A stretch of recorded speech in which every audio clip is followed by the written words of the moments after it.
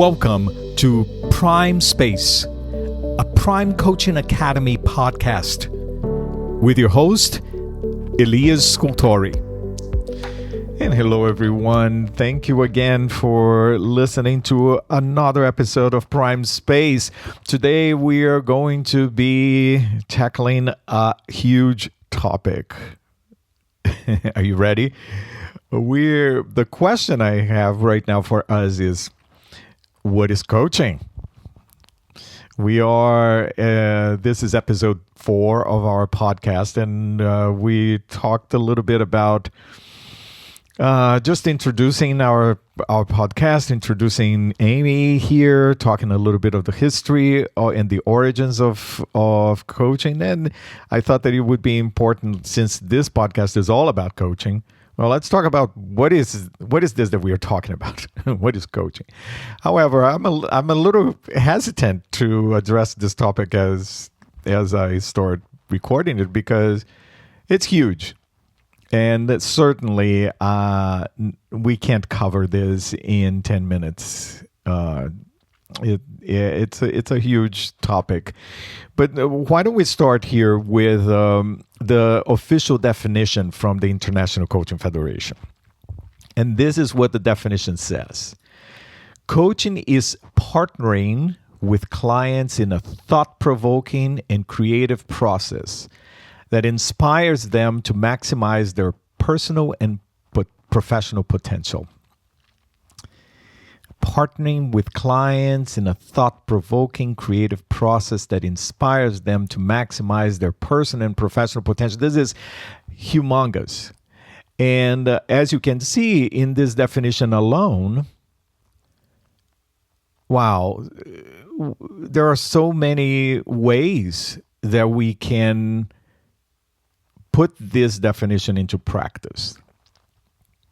What does it mean to be a partner? What does it mean to be thought-provoking, creative, maximizing, inspires? There are so many crucial, specific words here. And it's wonderful because it gives us this huge spectrum, and a spectrum full of opportunities for us to operate in. It's exciting to see this. But one thing that I like to start with is that I like to say that coaching is not just a skill set. Coaching is a mindset. And why do I say this? Because coaching is human. We are working with another human being. And I like to say coaching is a human-to-human experience.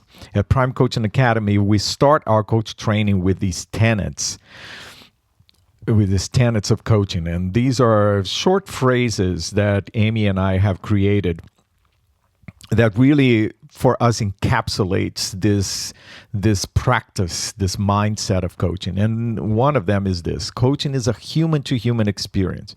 So if we are there to support this human being, it's imperative for us to come with our humanity too. We meet this other individual. Coaching is transformative. It's another tenet that we have. And why is it transformative? What is the proposition behind that? It's not simply that we are in a coaching process to find what is the next step? What am I going to do here? Yes, we say that in coaching, if we don't have an action, it's not really coaching.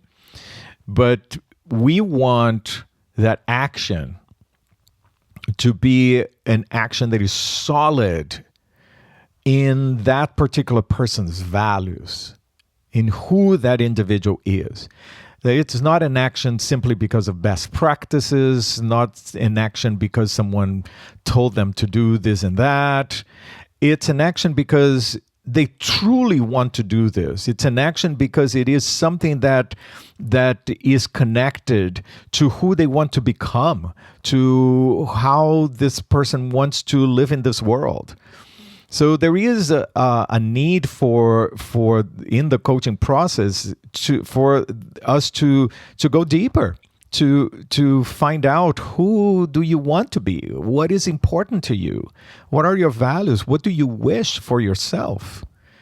And that's why it's so transformative, so that the person, when they decide to move forward, they decide to move forward knowing, and that action is solid, based on something that is truly who they are. Not an action for an action's sake, but an action based on who they truly are. And this applies, as you can see, in any category, any situation, professionally, personally, any particular industry, any particular situation.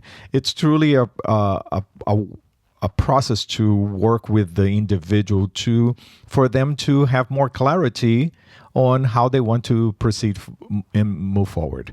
And coaching is so, this is one thing that I always say, that coaching became this organized profession 30, 40 years ago, not by random. We can trace coaching back all the way back. Some people say all the way back to Socrates, right? And the Socratic method, this idea of investigating, asking a question. But to become a organized profession, it only happened in the past few decades. Why? I don't think it was random. And the way my perception, the way I see this, is that, since the Industrial Revolution, we have been asking ourselves and our employees to keep your personal lives in the parking lot. Come in here and be professionals. And what happened there? When we do that, we are actually asking that particular individual to split themselves in half, smother part of who they are. There is even a Apple TV show I like to watch called Severance, right, where the individual goes through this medical procedure that when they are at work, they don't remember their personal lives, and then they go through this elevator, and then they go into their personal lives. They don't remember anything that happened at work, and as it's science fiction, it's a TV show, but this is. We may laugh about it and think that this is extreme, but this is exactly what we've been asking human beings to do for the longest time. And what happened?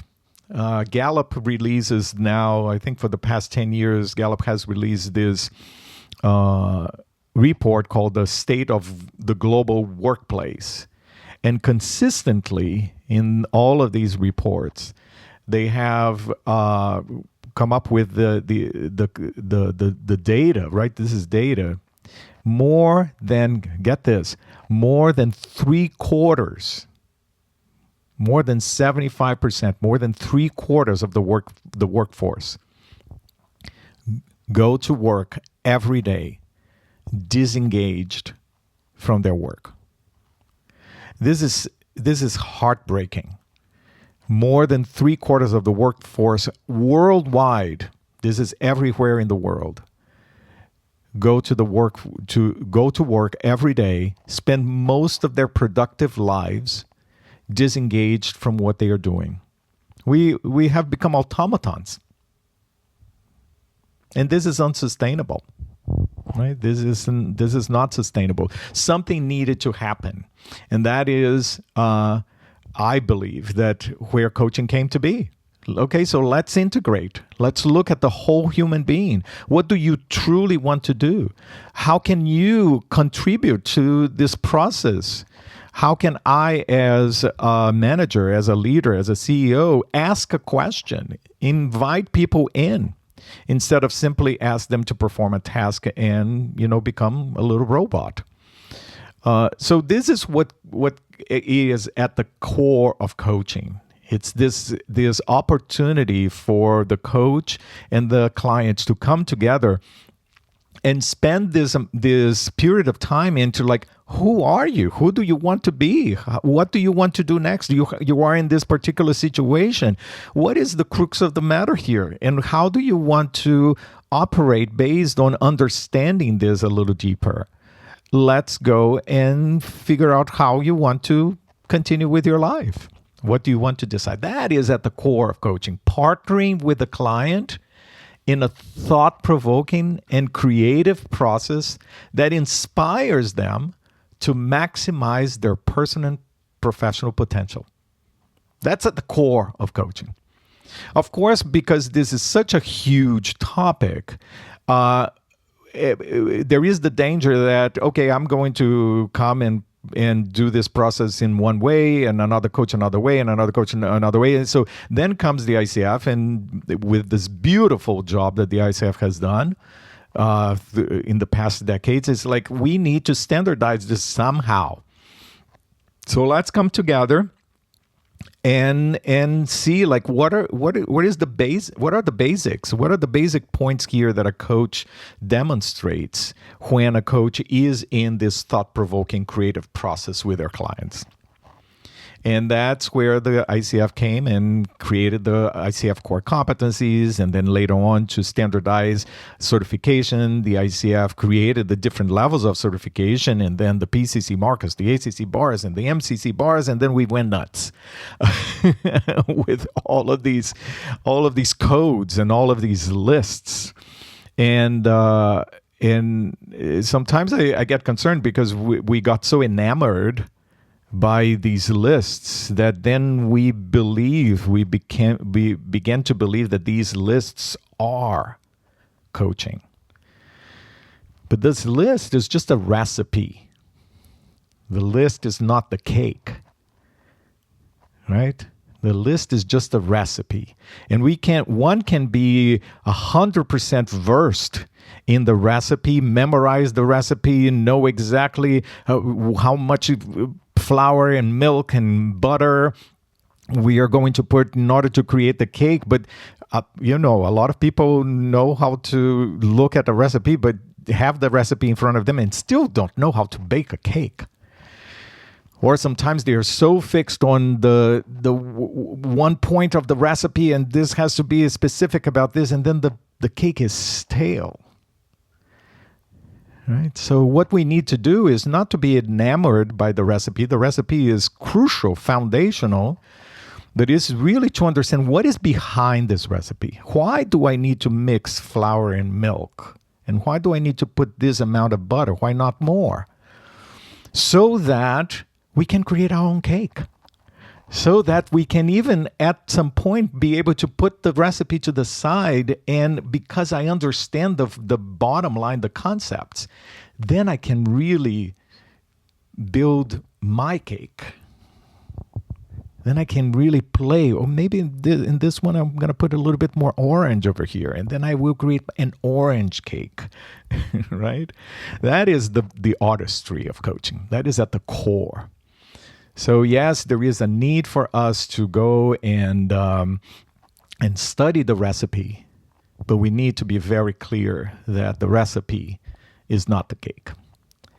The cake is really the moment when we are able to be in front of this human being and really be able to create this thought-provoking process and connect human to human in this transformative process that we have with them.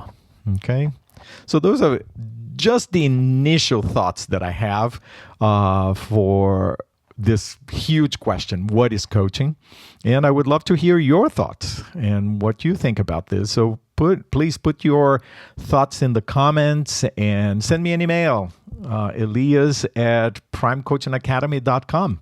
And let's talk. I would love to hear from you and see what you have to contribute to this conversation. Okay? I will be back with another episode. Please don't forget to subscribe. Don't forget to review and give a good rating there, both in Apple Music, iTunes, and Spotify. And now we also have a YouTube channel, and All the episodes are there in the YouTube channel, and I hope that you will subscribe to the channel as well. So anyone, thank you so much. I hope this was valuable to you, and I will see you next time. Take care.